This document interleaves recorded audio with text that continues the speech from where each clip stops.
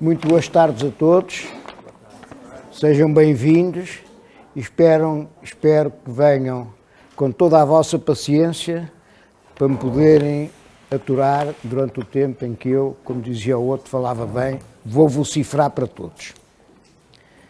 Bom,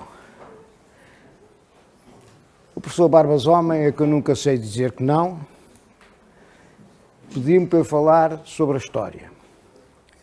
Bom, eu disse que sim, com aquela ingenuidade de caloiro que já não sou, como sabem. Por consequência, depois, quando foi para concretizar o que aqui viria dizer, fiquei um bocado perturbado e tive que ir rever o que sabia. E aí, pôs-me uma questão. Todos sabem o que é um ovo, todos sabem o que é o espeto. Defina lá o ovo e defina lá o espeto. É complicado. Todos sabem o que é a história, não é verdade? Definam lá a história.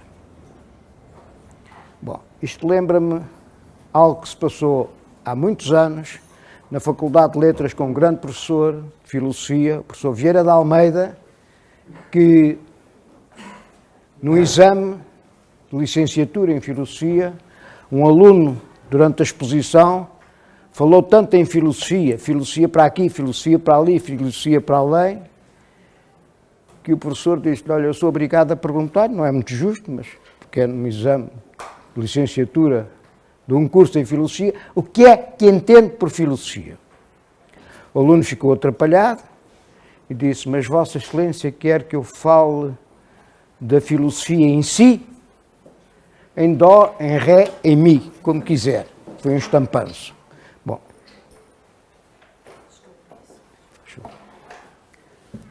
eu espero não me estampar completamente. E por consequência não vos vou dizer o que é a história. Estejam descansados. Vou apenas dizer algumas coisas que se disseram sobre a história e depois, um tanto casuisticamente, nas dezenas de abordagens que me lembraram, vou tocar em alguns pontos que são como sinais de alarmes para o historiador. São faróis para nos orientarem. Bom, a pergunta o que é a história é uma pergunta que alguém disse eterna. Primeiro ponto. Não é uma pergunta eterna.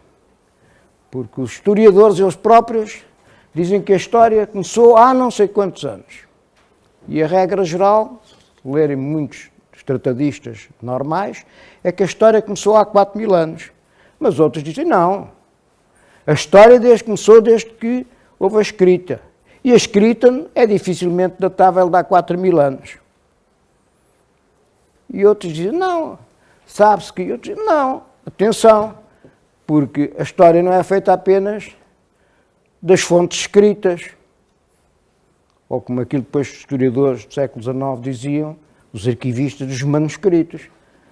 A história também é feita de outras fontes, claro. Por exemplo, a arte rupestre não é uma fonte para o conhecimento do homem anterior à história. Ou seja, é uma pergunta não eterna, mas é uma pergunta tantas vezes feita que um grande historiador, nem mais nem menos que Marc Bloch, um dos maiores historiadores da França, disse que já era cansativa e exaustiva. Já não se pode mais com esta pergunta. E um outro grande historiador francês, Léon Alcan, dizia que a história não se deixa definir. Essa é uma característica da história. Não sei se é muito consoladora esta afirmação, mas é bom que tenhamos estas noções. A história não se deixa definir. Bom, é certo que não se deixa definir, que nós não podemos dizer o que é a essência ou coincide da história, mas nós temos a certeza de que a história pressupõe uma coisa: tempo. A história é algo que se passa no tempo. Que tempo? como é esse tempo? Bom, já lá iremos. E aqui as respostas são tão variadas como para dizer o que é a história. Depois, um outro grande historiador, Carlos Rama, dizia uma coisa que eu também acho interessante, é que o entendimento sobre o que é a história depende da base filosófica, ideológica, científica de que se parte. Varia conforme essa base. E isto é verdade. Ou seja, fazer um dicionário só com a palavra história para dizer as diversas definições de história é um dicionário em vários volumes, penso eu. Daqueles que constituem uma arma de agressão. Tijolos que atirados na cabeça de alguém, a parte. Bom, dou um exemplo. Para alguns, a história, e são os progressistas, tem uma base progressiva. Para outros, são os idealistas, tem uma base meramente ideológica. Para outros, é científica, é ciência. E alguns dizem, não, ciência, mas que tontice. Mas a ciência pressupõe várias coisas, e nomeadamente pressupõe a abstração e pressupõe a experimentação. Onde é que está a abstração e a experimentação na história? A história pode formular leis, como a ciência faz, leis causais. Bom, depende do sentido que dermos à lei, à ideia de lei, como é evidente. O direito formula leis, não são as leis causais, não são leis do que é, são as leis de nós, para nos defendermos os juristas, dizemos do que deve ser. Mas há alguém que diz assim, não, a ideia de ciência pressupõe não a ideia de causalidade, ou a ideia de abstração, ou a ideia de experimentação, isso é um significado da ciência, o outro pressupõe o rigor, a procura da verdade. E aí a história pode ser rigorosa e pode procurar a verdade. Pergunta, verdade ou mentira? Deixo a resposta convosco. Para já, gostaria de dizer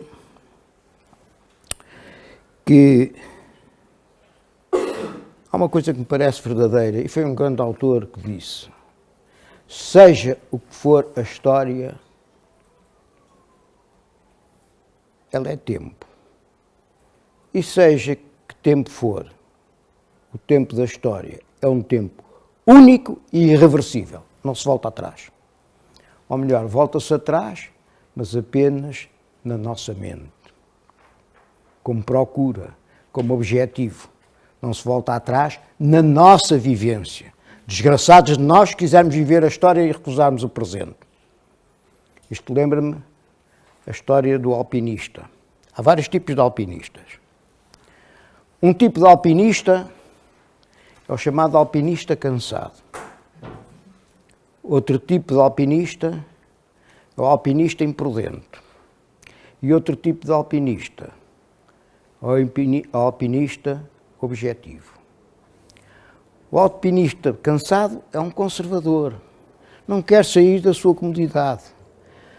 Olha para trás, quando muito um bocadinho para o presente, mas para o futuro nem pensar.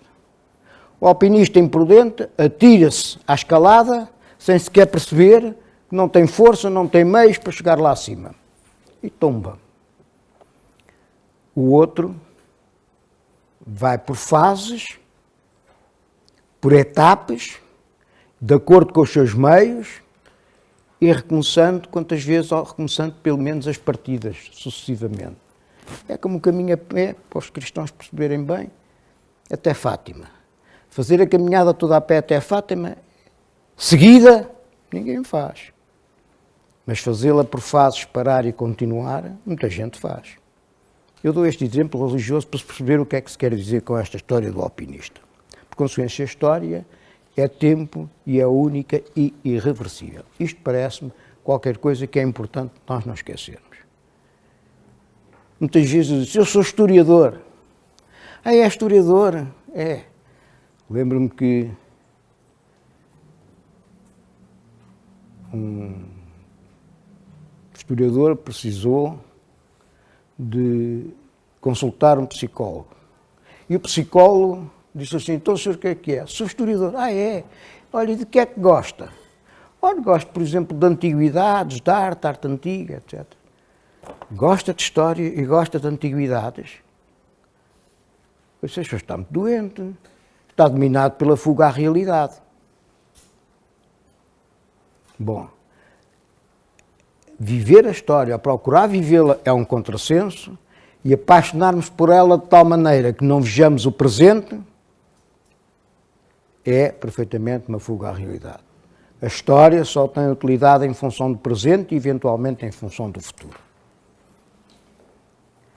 Bom, e aqui chegado, tenho aqui umas escritas, mas em vez de estar a ler, estou a dar alguns dos tópicos.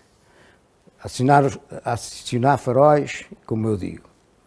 E aqui chegado, lembra-me um grande autor, eu acabei de citar Fátima, e por consciência para não dizer que eu tenho tendência para um lado ou para o outro, vou citar um grande autor ateu e não crente, que até construiu o super-homem, chamado Friedrich Nietzsche. Todos ouviram falar. Pelo menos têm uma ideia. E aqueles que só tiveram uma ideia, é bom lerem qualquer coisinha dele. E, sobretudo, um livro que está traduzido em português, infelizmente esgotadíssimo, a tradução portuguesa, e que em português se chama Da Utilidade e Inconvenientes da História para a Vida. Da utilidade e inconvenientes da história para a vida. O que é que diz Nietzsche nisso? Já agora, para aqueles que não o encontrarem, porque o livro saiu há 60 anos, a tradução portuguesa, aliás, bastante boa, magnífica, é uma grande interpretação do que diz Nietzsche, é a segunda parte das considerações inatuais de Nietzsche. A gente às vezes pega aqueles centenas de páginas e perde-se. Então, a segunda parte é isso que lá está. O que é que Nietzsche disse? Disse o seguinte, o homem é o único animal dotado de memória consciente. O homem é um ruminante, a palavra é dele, é um ruminante da memória. Sem a memória, o homem está perdido. Fica atirado para o nível dos outros animais. Mas atenção, se tiver memória a mais, a memória esmaga-lhe, tira-lhe a liberdade, tira-lhe a identificação, despersonaliza-o. E ele dizia, isto que é aplicável ao homem, é aplicável aos produtos do homem. Exemplo, as civilizações, as nações, etc. Para ser claro quanto a isto. O peso da história sobre um país pode ser de tal ordem que é, por vezes, insuportável, desagregador. Uma das acusações que se fazia contra o Estado Novo era o ensino da história nos liceus, de tal ordem que era uma autêntica forma de formatação dos espíritos. E, por consequência, uma perca de liberdade. Isso explica, por exemplo, no 25 de Abril, a estátua de Camões tenha sido coberta de panos pretos, porque era o símbolo do colonialismo português, do império, da pátria, etc. Mas, logo a seguir, tiraram os panos. Porquê? Porque realmente, sem a história, o que é um país? O que é uma civilização? O que é um homem? Isto é muito importante, penso eu, para todos nós. De qualquer forma, eu disse que a história era tempo, mas o Nietzsche acrescentou é memória, e memória também reconduz ao tempo. Mas que memória e que tempo? Bom, eu digo o seguinte.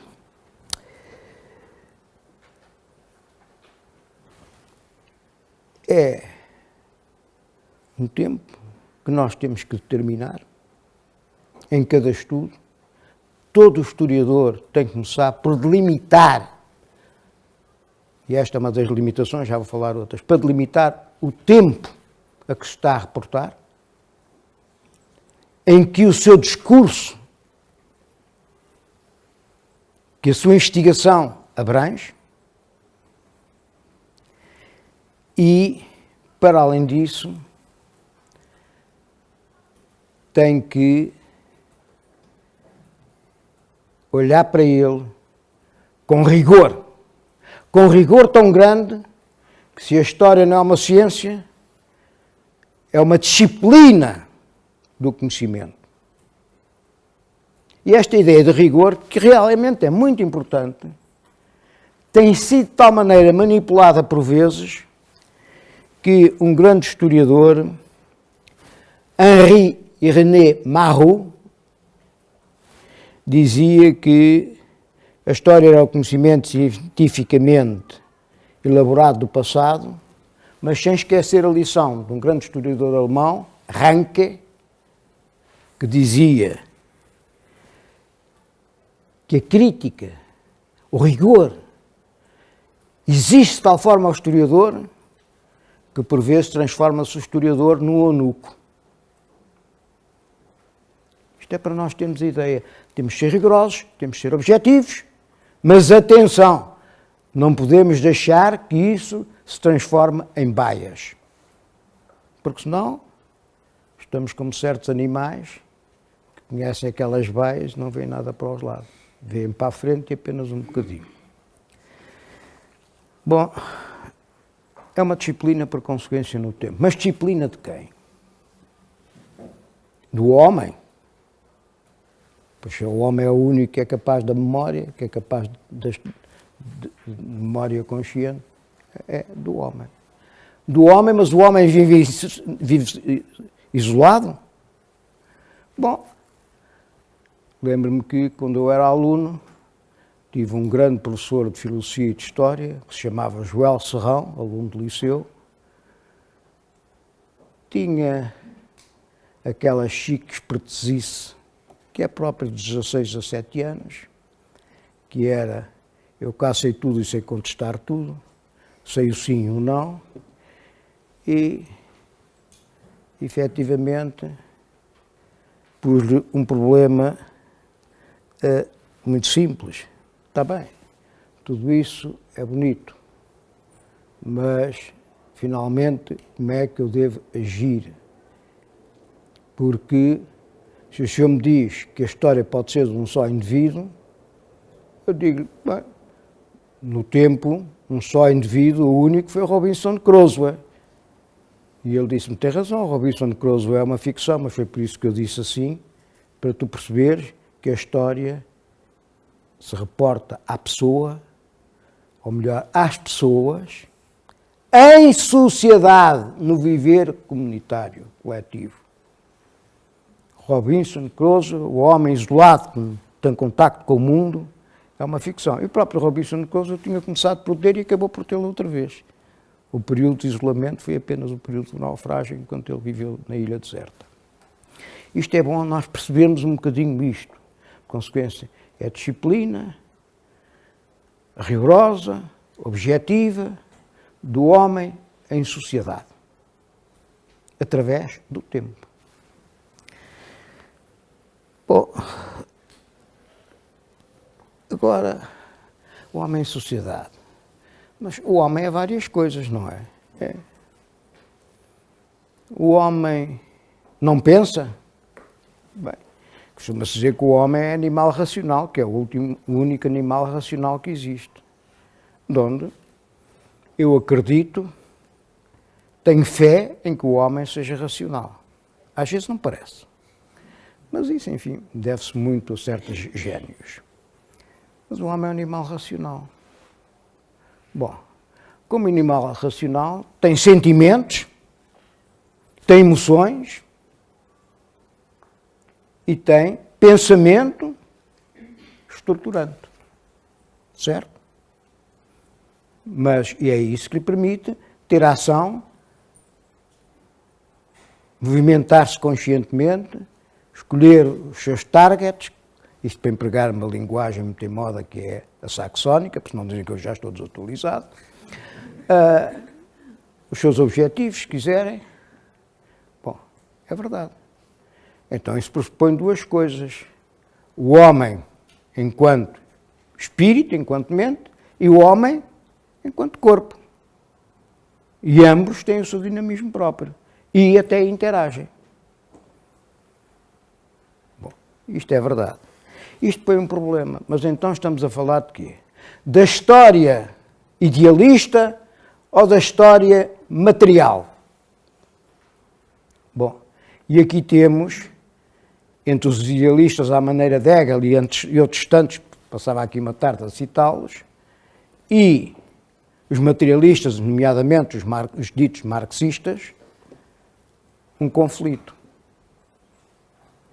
Vou fazer uma história materialista ou uma história idealista? Não há conflito nenhum.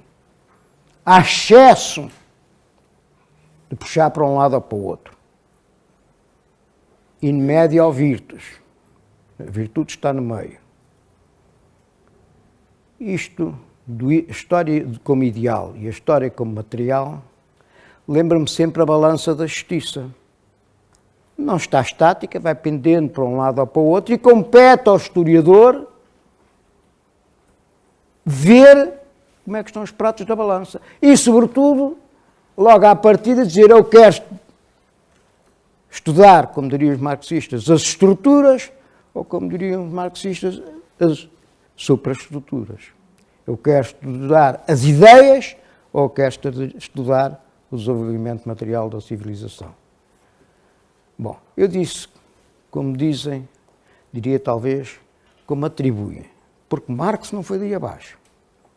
Marx pendeu para um lado, mas reconheceu que havia outro, porque havia o outside e o inside dos eventos, dos acontecimentos, dos factos que o historiador, e havia a resistência e a res cogitans. Ele não negou isso. O que ele pôs foi o acento numa parte. Depois, como é sempre costume, Hegel pôs noutra.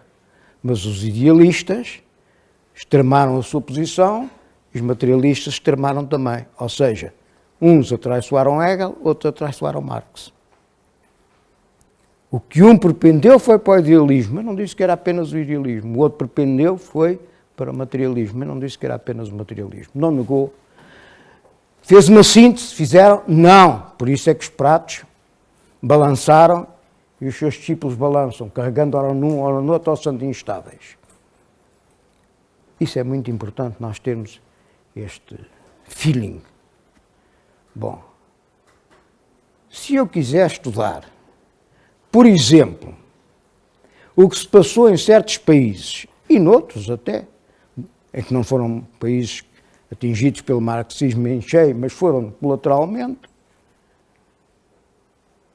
mas certos países, como a Rússia, a China, etc., eu não posso esquecer o problema das estruturas.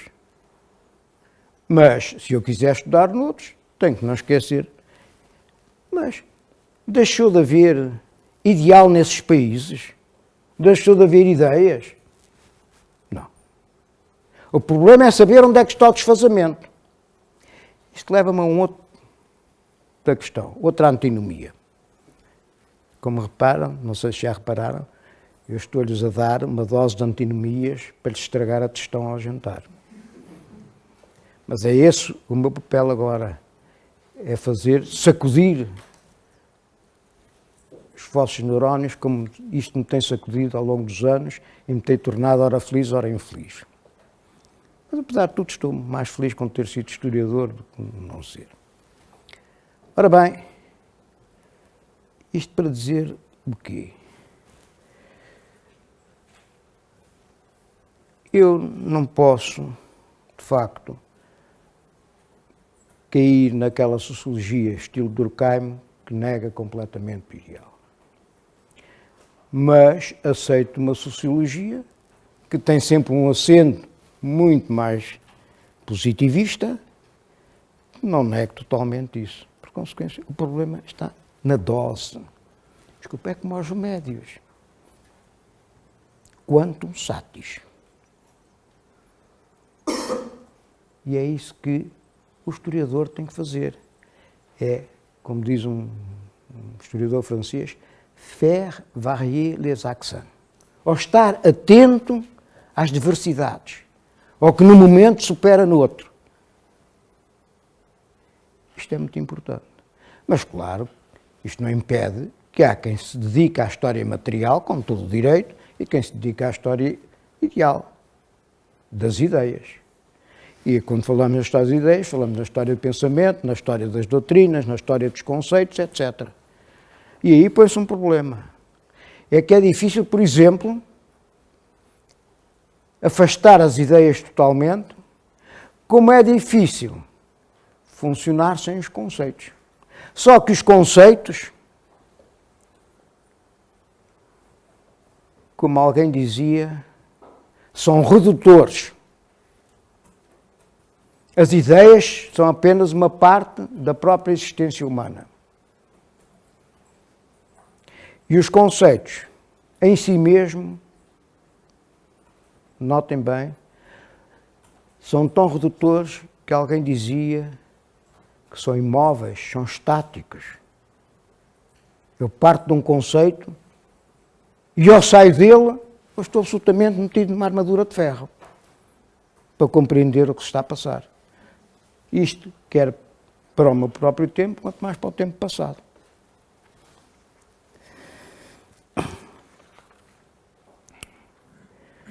Agora, para lhes dizer que a história abrange tudo isto. E o historiador tem que fazer uma opção e tem que a declarar honestamente logo no seu trabalho. Diz, o meu objetivo é este e para isto tomei em consideração isto ou aquilo, ou principalmente isto, mas também aquilo, porque assim o leitor não é enganado, senão a história é uma fraude ou pode ser uma fraude.